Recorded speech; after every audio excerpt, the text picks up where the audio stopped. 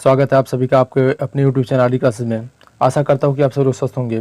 और आज की इस वीडियो में हम लोग बात करने वाले हैं प्रतिदर्श प्रश्न पत्र सत्र 2023-24 विषय विज्ञान कक्षा 10 यानी कि कक्षा 10 के जो है विज्ञान के प्रश्न पत्र के बारे में, जो आपके UPMSP की जो वेबसाइट है उस पर एक मॉडल पेपर दे दिया गया है साइंस का, वहाँ से आप इसको देख भी सकते हैं। और इसके जो क्वेश्चन है, जो बहुविकल्पी क्वेश्चन है, आज उसके आंसर हम लोग यहाँ पे करेंगे। और इसके बारे में जो है मैंने क्वेश्चन को किस तरह से क्या करना है इसके बारे में इसके पहली वीडियो मैंने बता दिया, उसका लिंक नीचे डिस्क्रिप्शन में दे दिया जाएगा, वहाँ से जाकर के उसको देख सकते हैं। तो चलिए हम लोग बिना समय लिए आगे बढ़ते हैं क्वेश्चन की तरफ। इन सारी चीज़ों के बारे में मैंने पहली वीडियो में बता दिया है। खंड जो है हमारा और बहुविकल्पी प्रश्न है जिसका उपखंड क है।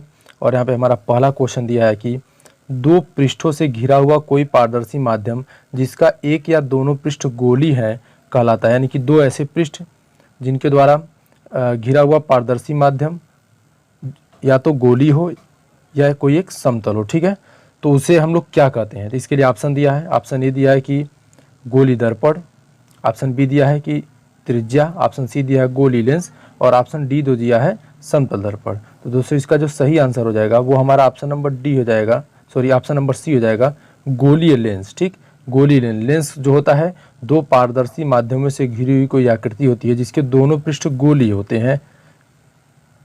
फिर इस तरह से हमारा दूसरा क्वेश्चन है।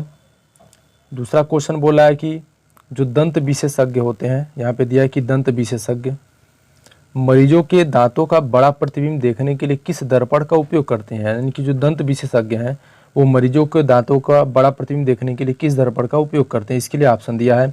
ऑप्शन नंबर ए दिया है कि अवतल दर्पण, ऑप्शन बी दिया है समतल दर्पण, ऑप्शन सी दिया है उत्तल दर्पण और ऑप्शन डी दिया है सभी।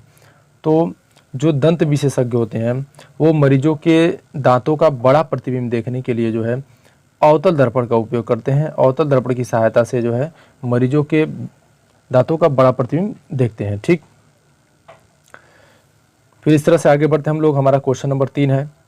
क्वेश्चन नंबर 3 दिया गया है कि किसी उत्तल लेंस के सामने 2f और अनंत के बीच कोई बिंब या वस्तु रखा गया है, इसका प्रतिबिंब बनेगा। मतलब कोई उत्तल लेंस है और इस उत्तल लेंस के सामने जो है, ये आपका उत्तल लेंस है, इस उत्तल लेंस के सामने वस्तु को जो है 2f पे रखा गया। ठीक है, 2f से पीछे रखा गया है। मतलब ये हमारा f1 होता है और फिर ये इससे दोगुनी दूरी पे होता है 2f1, वही उसको 2f बोला गया है। यहाँ पे इसके पीछे यहाँ पे जो है वस्तु को रखा गया है। ठीक, तो यहाँ पे जब वस्तु रखी जाएगी 2f1 से पीछे, तो यहाँ से जो एक किरण होगी वो आपका मुख्य अक्ष के समांतर चलती है जो f2 से होकर के जाती है, और दूसरी जो किरण होती है वो प्रकाशिक केंद्र से होकर के जाती है। ठीक, ये किरणें यहाँ पे आकर के मिल रही है, यानी कि यहाँ पे इसका प्रतिबिंब बनता है। तो ये देखिए प्रतिबिंब जो है उल्टा बना है, ये उल्टा बना है, साथ ही में वस्तु से छोटा है और यहाँ पे किरणें वास्तव में मिल रही हैं। ये सारी किरणें जो है यहाँ पे वास्तव में मिल रही हैं, इसलिए इसका जो प्रतिबिंब बना है वो वास्तविक बना। तो इसका मतलब है कि इसका हमारा ऑप्शन नंबर ए सही हो जाएगा, वास्तविक उल्टा और छोटा। ठीक है, इसका जो है ऑप्शन नंबर 1 सही है, वास्तविक उल्टा और छोटा। फिर इस तरह से आगे बढ़ते हैं हम लोग। और उससे पहले आप लोगों को जरूरी सूचना कि अगर आप लोग हमारे चैनल पर नए हों तो चैनल को सब्सक्राइब कर लीजिए और बेल आइकन दबाना न भूलिए, जिससे आपकी बोर्ड परीक्षा जो है नज़दीक आ रही है तो आपके जो साइंस और मैथ के चैप्टर वाइज मॉडल पेपर जो है इस चैनल के माध्यम से कराए जाएंगे, जो बोर्ड की परीक्षा में बहुत ही महत्वपूर्ण है और पीछे कई बार आ भी चुके हैं, उनको जो है इस चैनल के माध्यम से कराया जाएगा। तो इसलिए आप लोग जो है चैनल को सब्सक्राइब जरूर कर लीजिएगा और साथ ही में वीडियो को ज़्यादा से ज़्यादा लाइक करिएगा और अपने दोस्तों के पास भी शेयर करिएगा, जिससे उसका लाभ ये लोग भी ले सकें। इस तरह से हमारा क्वेश्चन नंबर 4 है कि मानव नेत्र जो होता है अभिनेत्र लेंस की फोकस दूरी को समायोजित करके विभिन्न दूरियों पर रखे वस्तुओं को फोकसित कर सकता है। ऐसा हो पाने का कारण क्या है। कि मानव नेत्र का जो अभिनेत्र लेंस है, तो जैसा कि आपको जानकारी के बता दें कि हमारा जो अभिनेत्र लेंस है वो उत्तल लेंस है। ठीक है, जो मानव नेत्र लेंस है वो कौन सा लेंस है, उत्तल लेंस है। तो उत्तल लेंस जो होता है, नज़दीक की वस्तु को देखना है चाहे दूर की वस्तु को देखना है, तो उसके हिसाब से अपनी फोकस दूरी को कम बेसी करते रहता है, समायोजित करते रहता है। तो इस समायोजित करने के पीछे का जो कारण है उसको बताना है कि ये कैसे हो पाता है। तो इसके लिए हमारा ऑप्शन दिया है। ऑप्शन ए दिया है कि जरा दृष्टि दूरदृष्टिता, ऑप्शन बी दिया है समंजन, ऑप्शन सी दिया है निकट दृष्टि, ऑप्शन डी दिया है दीर्घ दृष्टि। तो दोस्तों जो नेत्र जो होता है नज़दीक और दूर की वस्तुओं को देखता है अपने नेत्र लेंस की फोकस दूरी को समायोजित करके, उसे हम लोग समंजन क्षमता कहते हैं। तो इसका सही ऑप्शन जो हो जाएगा बी हो जाएगा। फिर इस तरह से हमारा क्वेश्चन नंबर 5 दिया गया है कि यहाँ पे कुछ कॉलम दिए गए हैं और इस कॉलम में जो है मिलान करना है, एसआई मात्रक दिए गए हैं। जैसा कि यहाँ पे विभवांतर है, विद्युत धारा है, इनके बी वाले में जो है एसआई मात्रक दिए उनका सही मिलान करना है। तो बच्चों जो विभवांतर होता है उसका एसआई मात्रक वोल्ट होता है, विद्युत धारा का एसआई मात्रक एम्पियर होता है, विद्युत शक्ति का एसआई मात्रक वाट होता है और प्रतिरोध का जो एसआई मात्रक होता है वो ओम होता है। तो यहाँ पे देखते हैं कि क्वेश्चन नंबर 1 का 4 कहाँ पे है, यहाँ पे दोनों जगह है। फिर 2 का 1 कहाँ पे है, तो ये वाला जो है सही है आपका 1 का 4, 2 का जो 2 है और 3 का 1 का 4 है, 2 का 1 है, 3 का 2 है, सही है 3 का 2 है यहाँ से और 4 का जो है 3 है, ठीक है 4 का 3 है। तो इस तरह से ऑप्शन नंबर डी जो है हमारा राइट आंसर हो जाएगा। इस तरह से आगे बढ़ते हैं। क्वेश्चन नंबर 5 है हमारा कि दो चालक तार हैं जिनके पदार्थ लंबाई तथा व्यास समान है, ठीक है। दो चालक तार हैं जिनके पदार्थ की लंबाई और व्यास समान है, किसी विद्युत परिपथ में पहले श्रेणी क्रम में और फिर पार्श्व क्रम में संयोजित किए जाते हैं। श्रेणी क्रम तथा पार्श्व क्रम संयोजन में उत्पन्न ऊष्माओं का अनुपात क्या होगा। यानी कि दो तार हैं जिनकी लंबाई भी बराबर है और साथ ही में उनके व्यास भी बराबर हैं, उनको किसी विद्युत परिपथ में पहले श्रेणी क्रम में जोड़ दिया जाता है और फिर पार्श्व क्रम में जोड़ दिया जाता है और फिर दोनों का अनुपात है, यानी उनमें जो ऊष्मा उत्पन्न होती है उसमें दोनों का अनुपात क्या होगा। तो इसका जो सही आंसर हो जाएगा वो आपका हो जाएगा ऑप्शन नंबर सी, जो 1 संबंधित 4 के अनुपात में ये हो जाएगा, ठीक है। इस तरह से आगे बढ़ते हैं क्वेश्चन नंबर 7 की तरफ।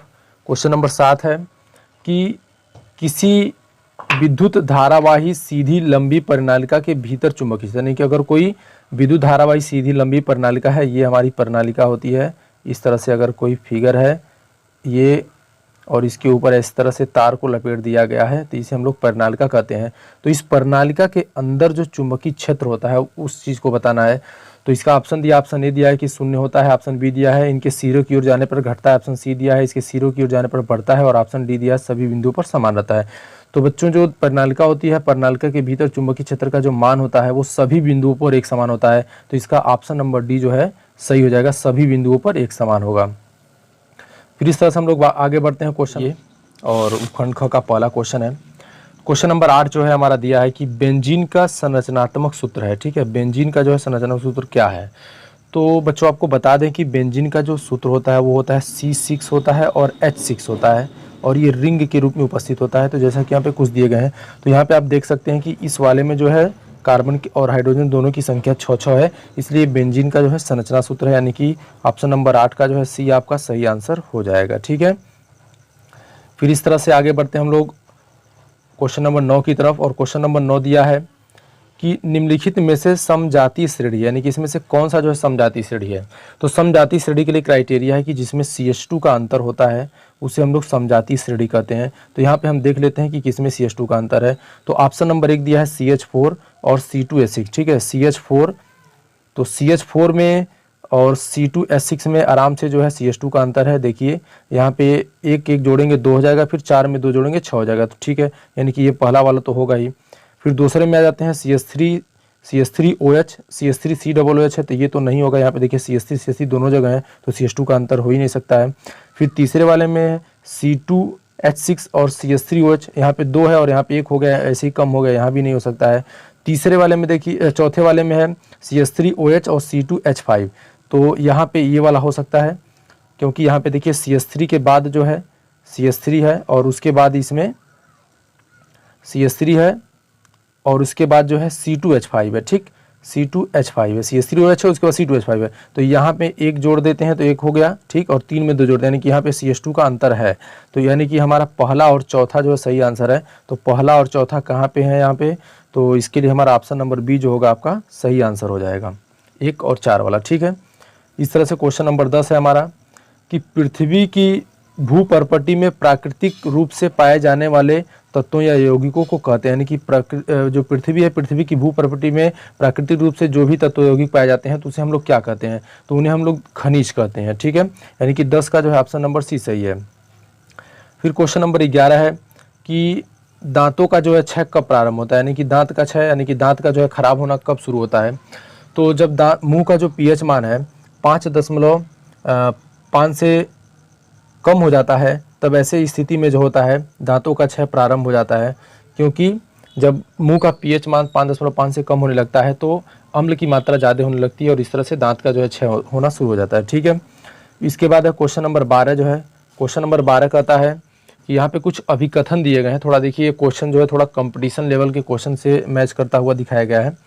तो यहाँ पे कुछ अभिकथन दिया है। पहला अभिकथन दिया है कि जिंक जो है सल्फ्यूरिक अम्ल के साथ अभिक्रिया करके जिंक सल्फेट और हाइड्रोजन गैस बनाता है, यह एक विस्थापन अभिक्रिया। ठीक, यानी कि जिंक जब सल्फ्यूरिक अम्ल के साथ यानी कि Zn की अभिक्रिया जब H2SO4 के साथ कराई जाती है तो यहाँ पे बन जाता है ZnSO4 और प्लस में हाइड्रोजन गैस यहाँ से मुक्त होती है। ठीक, तो ये तो बात सही है। यहाँ पे जो जिंक है वो हाइड्रोजन को हटा दे रहा है तो एक विस्थापन अभिक्रिया, ये तो बात यहाँ पे सही है। ठीक है, दूसरा तर्क बोला है कि जिंक जो है ऑक्सीजन के साथ अभिक्रिया करके जिंक ऑक्साइड बनाता है, ये भी सही है कि जिंक जब ऑक्सीजन के साथ अभिक्रिया करेगा तो वो जो है आपका जिंक ऑक्साइड बना लेगा। ठीक, तो यहाँ पे उसके लिए कुछ चीज़ें बताई गई हैं, यहाँ पे कोई मतलब उसका स्पष्टीकरण किया गया है, यानी ये अभिकथन है और ये इसका तर्क दिया गया है। ठीक, तो यहाँ पे हमारा ऑप्शन नंबर ए बोलता है कि दोनों अभिकथन 1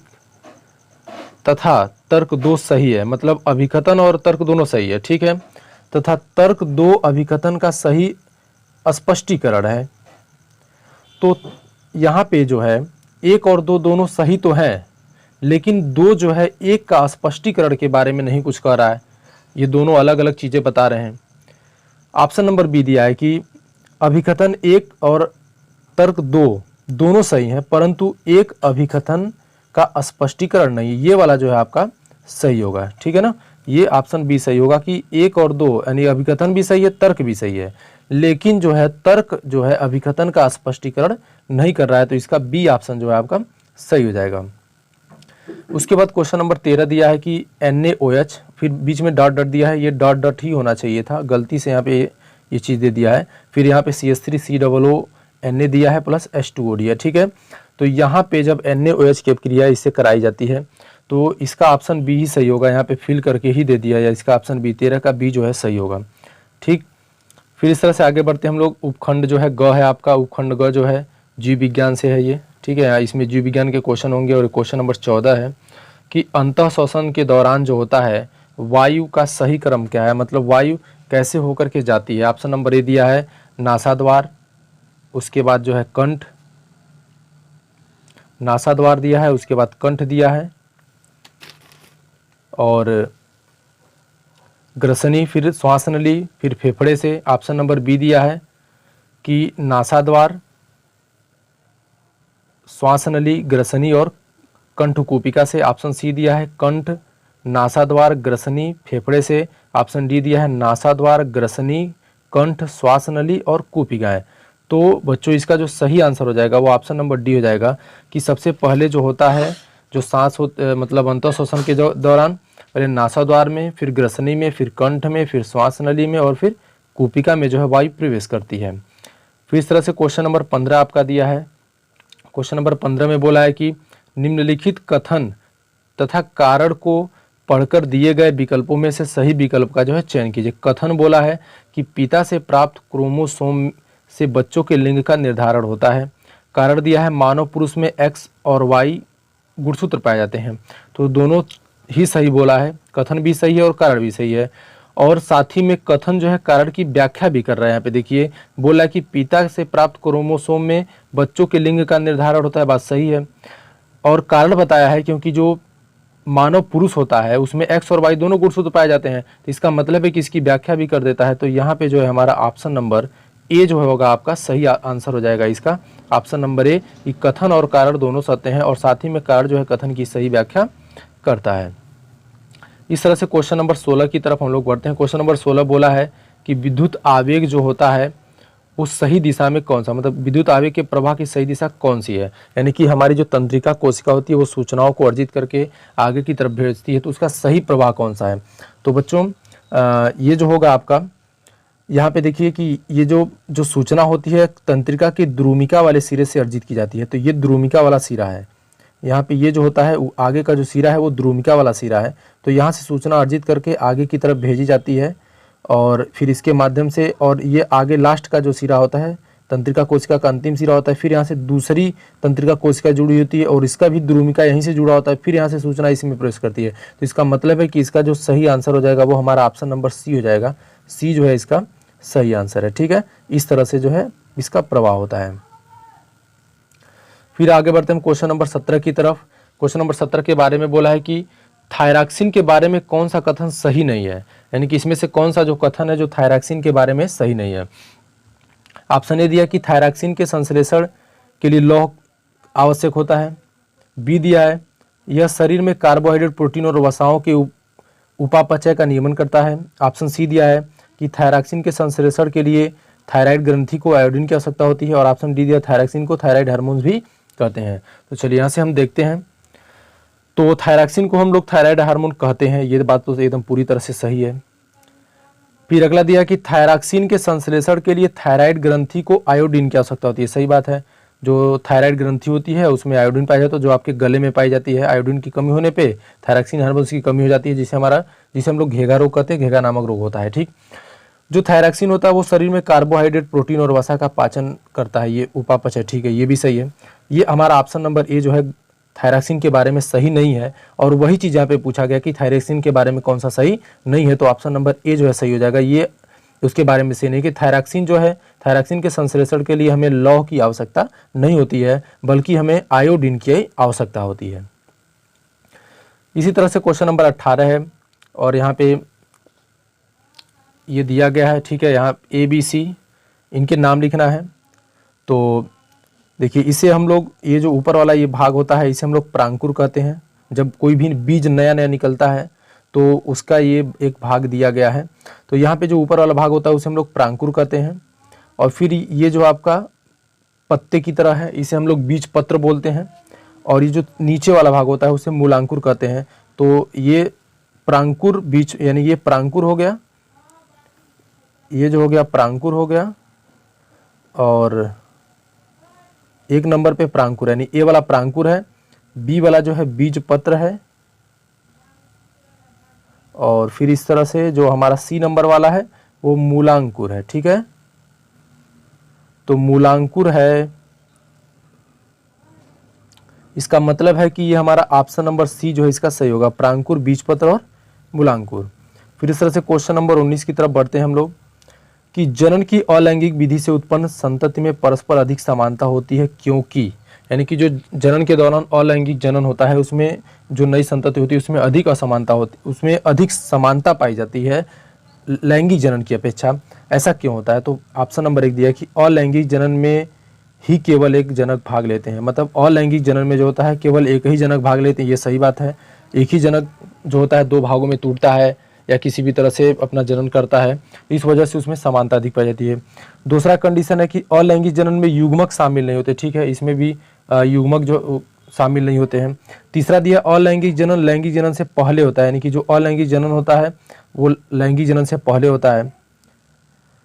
तो अलैंगिक जनन के लिए जो है कोई समय सीमा निर्धारित नहीं है, अलैंगिक जनन की कोई समय सीमा निर्धारित नहीं होती है। चौथा बोला है कि अलैंगिक जनन लैंगिक जनन के बाद होता है, तो वही बात है कि यहाँ पे जो है किसी भी तरह की समय सीमा निर्धारित नहीं थी। इसका जो सही आंसर हो जाएगा हमारा ऑप्शन नंबर हो जाएगा 1 और 2 जो है सही हो जाएगा इसका। फिर इस तरह से हम लोग बढ़ते हैं क्वेश्चन नंबर 20 की तरफ कि एक आहार श्रृंखला में तीसरे पोषी स्तर पर हमेशा कौन होता है? तो तीसरे पोषी स्तर पर बच्चों जो होता है उसे हम लोग शाकाहारी प्राणी कहते हैं, यानी कि आहार श्रृंखला में तीसरे पोषी स्तर पे शाकाहारी होता है। पहले पे जो होता है मांसाहारी होता है, फिर उसके बाद सर्वाहारी होता है, और फिर उसके बाद जो है शाकाहारी होता है। ठीक, तो आज की इस वीडियो में लोग बस यहीं तक रहेंगे। आगे के जो भी क्वेश्चन है, जो विस्तृत के क्वेश्चन है, और उनको अगली वीडियो में कराऊंगा। और यदि आप चैनल पर नए हैं तो चैनल को एक बार सब्सक्राइब जरूर कर लीजिएगा, इस चैनल के माध्यम से आप लोगों को बोर्ड एग्ज़ाम की पूरी तरह से तैयारी कराई जाएगी। जितने भी चैप्टर वाइज मॉडल पेपर हैं वो दिए जाएंगे। और साथ ही में वीडियो अगर पसंद आए तो वीडियो को ज़्यादा लाइक और शेयर करिएगा और अपने और भी मित्रों को भी शेयर करिएगा।